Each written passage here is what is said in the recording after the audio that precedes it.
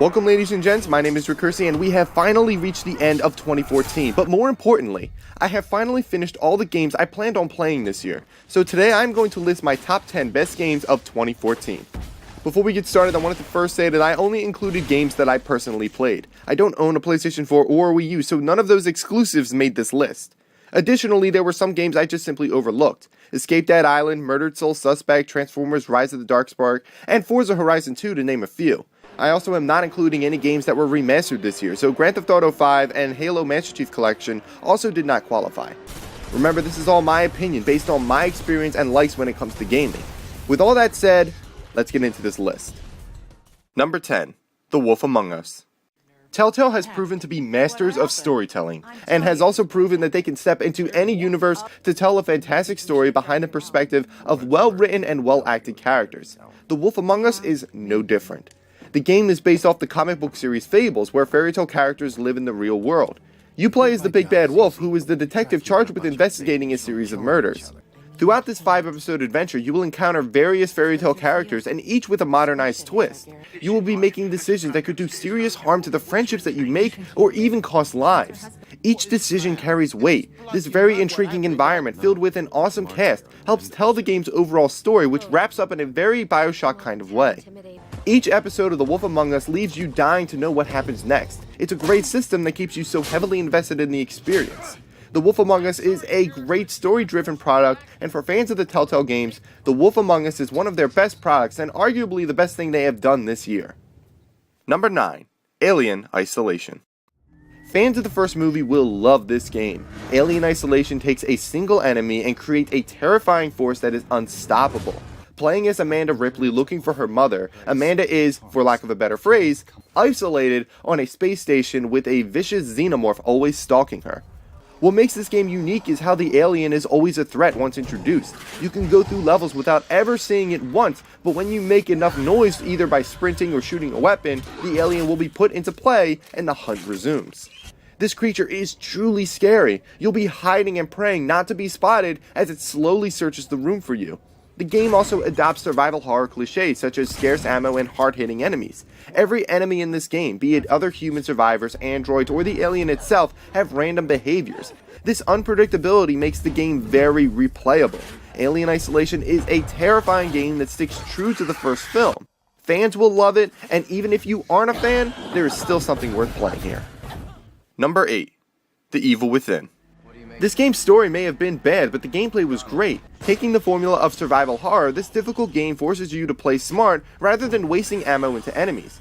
You'll be planning your approach carefully, using resources sparingly, all against formidable enemies, and all within creepy environments. The gameplay is really good in The Evil Within, and I would even go so far as to say it's one of the better gameplay experiences of 2014. It was rewarding, scary, and intriguing. The boss battles were the things that I look forward to the most, as each one had a very different approach. You will need to study the behaviors of each enemy to expose an opening for you to attack, or use the environment to defeat them. The Evil Within isn't for everyone, but for the people that it is for, the game is awesome. Just don't pick up the game expecting a story, because you won't find one worth talking about. Number 7. Wolfenstein THE NEW ORDER. Wolfenstein's main plot is basically an alternate reality of what the world might be like if the Nazis won World War II. You play as William Blazkowicz, who joins a team of resistance fighters to overthrow the Nazis currently ruling the world. I really enjoyed the supporting characters in this game. I fell in love with the other resistance fighters, while I loved to hate the more villainous characters.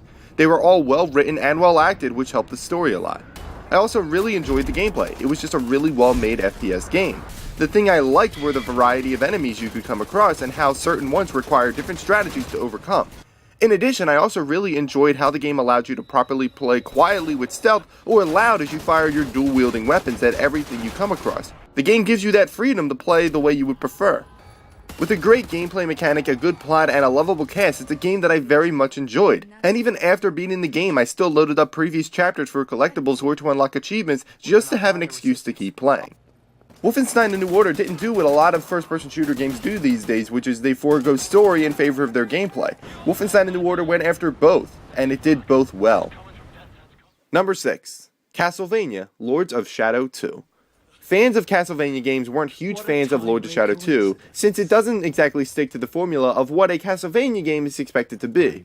With the modern day setting and the downright infuriating stealth sections, I can understand the issue. But not recognizing that Lord of Shadow 2 is a good game is false, because it is in fact a great game. Awesome enemies, awesome boss fights, awesome settings, awesome music, awesome story, and awesome gameplay. If you haven't already guessed, this game is awesome. You play as Dracula in the second installment of this Castlevania reboot, and you actually feel like the Prince of Darkness. The story was another thing that I really enjoyed. It gave a good explanation as to why Dracula wouldn't have all of his powers at the start of the game, and toward the end really comes together to be awesome. But it was the game's gameplay that really stuck out to me. I had an absolute blast using the different powers at your disposal. The enemy designs were great, and the boss battles were where I had the most fun. Most fights just boil down to doing damage to the bosses, but it's forgivable because the awesome gameplay was so good. Castlevania Lord of Shadow 2 was a game that not only was good, it was fun, and to me, a standout title. Number 5. Titanfall. Finally, we have reached the game that took up most of my time this year. This multiplayer-only game knew what it was, knew what fanbase to target, and nailed it both.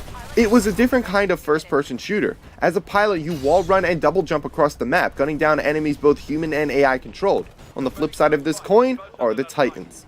The fast-paced precision of the pilots is then morphed into the strength and power of a Titan. You would think that these giant robots will be overpowered, but the game does a phenomenal job of balancing both pilots and Titans. Play the pilot correctly and you can topple a Titan single-handed. The game's developers, Respawn, also continues to do an awesome job of keeping the game fresh with free content like new game modes.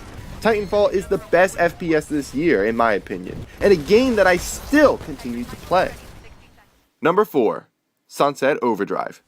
Again, I'll say that this game will probably not appeal to everybody, but to me, Sunset Overdrive had a great gameplay mechanic and humor that appeals to gamers and nerds everywhere.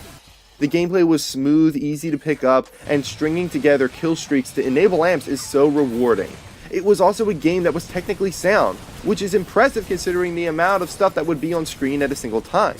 The main story wasn't the best story in gaming, but it was certainly entertaining, filled with tons of references like gaming cliches and TV shows like Game of Thrones and Star Trek. The multiplayer was also very enjoyable when playing with friends. It has a proper balance of both competitive and cooperative gameplay. Sunset Overdrive was just a downright fun game with barely any issues. It had me in tears with laughter, whether it was their jokes or just the shenanigans of the multiplayer with friends. Number 3. Far Cry 4. Far Cry 4 is everything that was great about Far Cry 3 with more to it. One of the standout things about this game is its story. It is very engaging and the choices the game has you make can be very morally challenging, not to mention an open world that helps sell the story even better. The decision making is very impactful, as more than once I was at a standstill, unsure of what decision I wanted to make. The supporting characters, especially the villain Pagan Min, were all very well done. Outside of the campaign, the game has a very immersive open world, rich with wildlife, random events, side quests, and a free roam co-op mode that adds so much more to the experience. Far Cry 4 takes a lot of what was good in Far Cry 3. In fact, the two games, in terms of mechanics, can be mistaken for the same game. There is just more to do in Far Cry 4, and it has a better story. Number 2. Middle-earth: Shadow of Mordor. This game came very close to being number 1. Out of all the games that I have played this year, only Shadow of Mordor presented something that I have never experienced before. With the Nemesis system, I created rivalries with AI-controlled enemies that wasn't reliant on the game's writing. These feuds felt genuine, and some turned into really in-depth stories. These stories that I was involved in, I felt were more interesting than the game's main story. Add in an awesome open world and fantastic combat system, and you just had a great game. Shadow of Mordor is something special, and if it delivered in more areas like its main story and characters, I would have had no trouble putting this game higher up on the list. That doesn't take away from how good this game is. Shadow of Mordor isn't just for fans of the Middle-earth universe. It is for people who like good and unique experiences. Number 1. Dragon Age Inquisition. This shouldn't be too much of a surprise, and I am one that doesn't like to do what everybody else is doing, but it cannot be denied that Dragon Age Inquisition is just incredible. A great playable character, engaging story with a formidable villain, characters that you really connect with, and an open world that is loaded with activities. Inquisition does what BioWare is so good at: difficult decision making and creating relationships with memorable characters. Better than any other previous installment, the stakes in this game feel as big as the game claims that it is. As leader of the Inquisition, you will command troops on missions, lead armies, and partake in the political game. Out in the world, you will see just how big this game is. Previous BioWare games were always very linear with their level designs, but Inquisition tears those boundaries down to show massive open zones. In these zones, you will complete side quests, some with their own side stories, close fade rifts, and fight dragons. There is so much to do in this game that you will sink close to 100 hours into the game when you aim to explore everything, and that's not even including the really good multiplayer. Dragon Age Inquisition is bigger and better than any other game in the series, and lands itself above every other game that I played this year. And that concludes this year's top 10 games of 2014. This year might not have been the best year for gaming, having so many games that just didn't live up to the hype, but it is still very good. Here's to 2015. Thank you guys for watching, and I will see you next time.